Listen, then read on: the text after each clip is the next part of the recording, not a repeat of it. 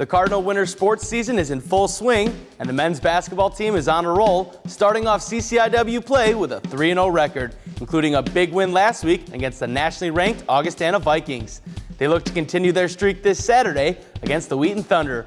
Before you head to the game, there's only one place you can catch all the early season action, right here on the Cardinal Report.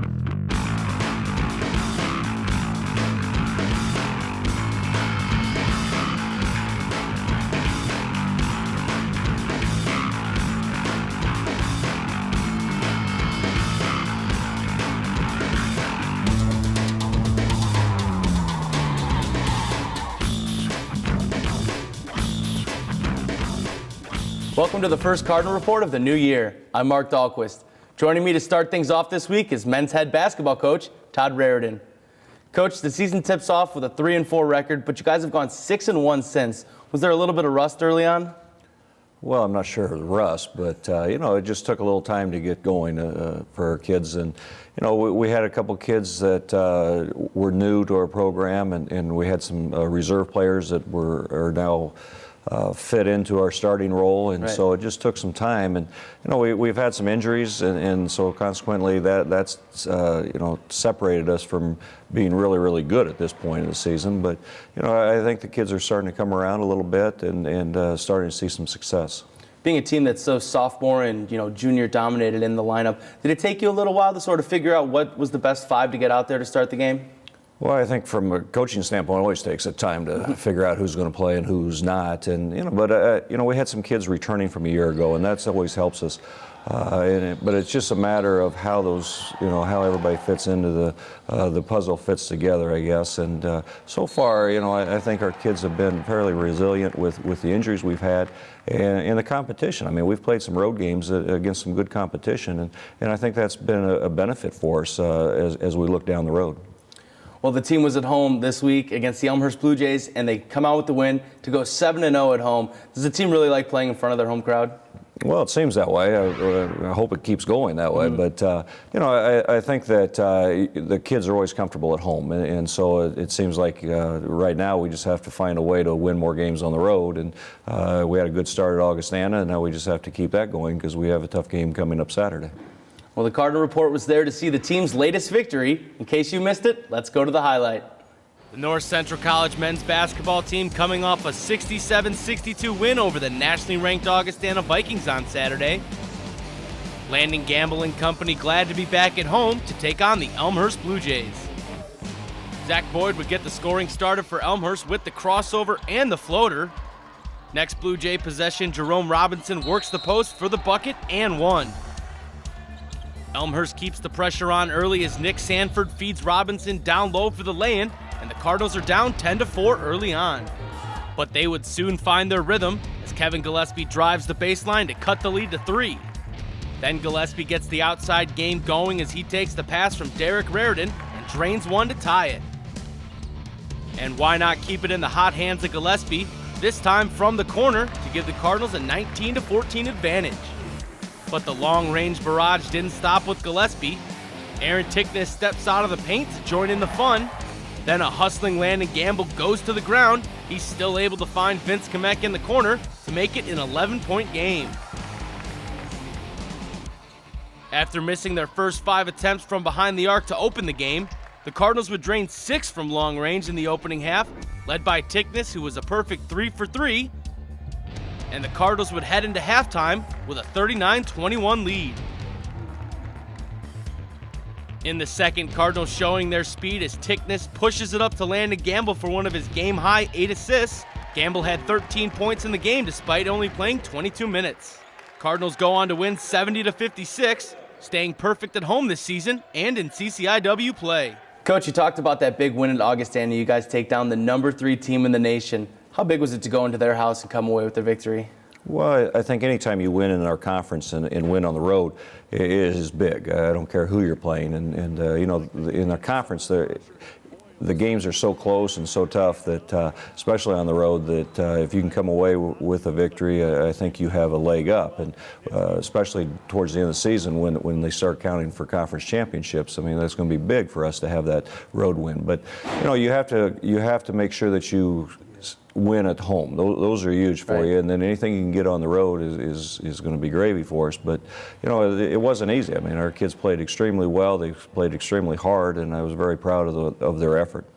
Over 1,200 people in the stands for that game. Does that make it a little bit tougher when they have a home court advantage on you guys? Well, we haven't played in front of crowds like that this year. I mean, some of the games we've played over in Iowa and up in Wisconsin, we caught them at a break, and so their students weren't on campus. And I think in some cases, Augie, we caught them at a good time because their students were just coming back. So it wasn't quite as full as if they were in school, but still, they have a great following. The Rock Island, Moline area, they follow extremely well Augustana and so it was an exciting crowd. Well, after the big win against Augustana, the Cardinals were hoping not to fall into a trap game against Elmhurst while still gaining respect in the conference. That's the focus in this week's What's the Word? I tried to get the guys pumped beforehand, and it seemed like our warm-up was a little slow, not quite as excited as that Augie because it's not as big a game as playing a nationally ranked team. But, after that first lapse, you can see we came out slow. But after that first lapse, we started playing how we know how we can play and, won the game. We knew that we were going to come in here and keep playing tough and playing strong. And, we wanted to be an all-conference team, and so that's what we're going to do. We're going to come in and work hard and make sure we keep it up like we did at Augustana. There's always a lot you can work on, We got to work on our boxing, our rebounding, We got to make sure we stay focused in the game and everything. But, in the end, we still got the W, got the win, so that's always a good plus. Everybody always says that we're like in the second tier of the league here still. So even after a conference championship last year, it's good to get going after a slow start this year too. We've been working hard. I mean, Augustana, yeah, they were ranked third, but I mean, we don't really care about that. We just came in there, we beat them. I don't see it as an upset at all. I mean, we beat them, we beat Carthage by 20, we beat them by Elmhurst by 14 or something. We got a target on our back, but to call that an upset, I don't know. I mean, we went into their gym too.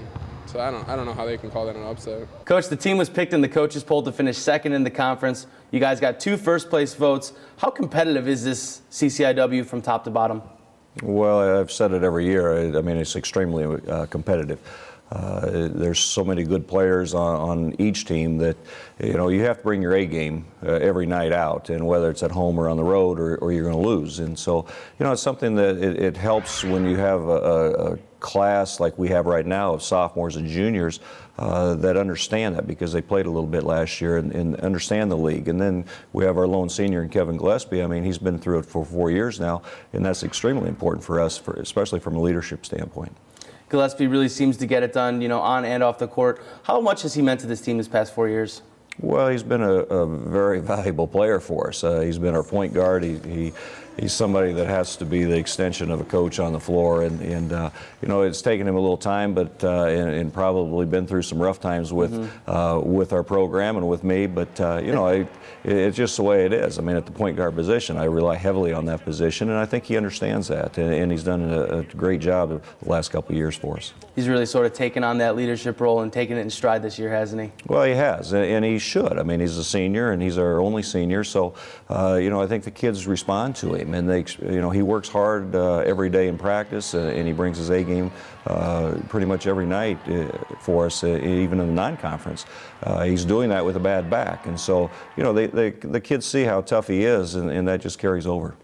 Landon Gamble was named a preseason All-American. What kind of strides has he made in his 3 years as a Cardinal? Well, Landon's actually a sophomore, so he's made some good strides in his 2 years with us, but we hope that he continues to improve. He came in probably a little out of shape this year, but he's back into what I would call playing shape. And, the thing with being a sophomore is that last year they didn't really know a whole lot about Landon, and this year they know a lot about Landon. So he's seeing a lot more double teams, but that's helped everybody else around him because he's an excellent passer. He passes out of the post extremely well. But if they don't double him, he can score inside. So, he's been a very valuable player for us these 2 years, and we hope to continue to see him improve the next 2 years. How important is it to have other big men to rely on, like Aaron Tickness, Charlie Rosenberg, to come in and sort of give him a breather in some of those close games? Well, it's extremely important for us to add that depth inside. That's something that, especially when you get deeper into the conference, you need that depth. You need, the kids can't go 40 minutes every game and expect to win every game. And so, we've had to rely on those guys, and they've done a tremendous job for us.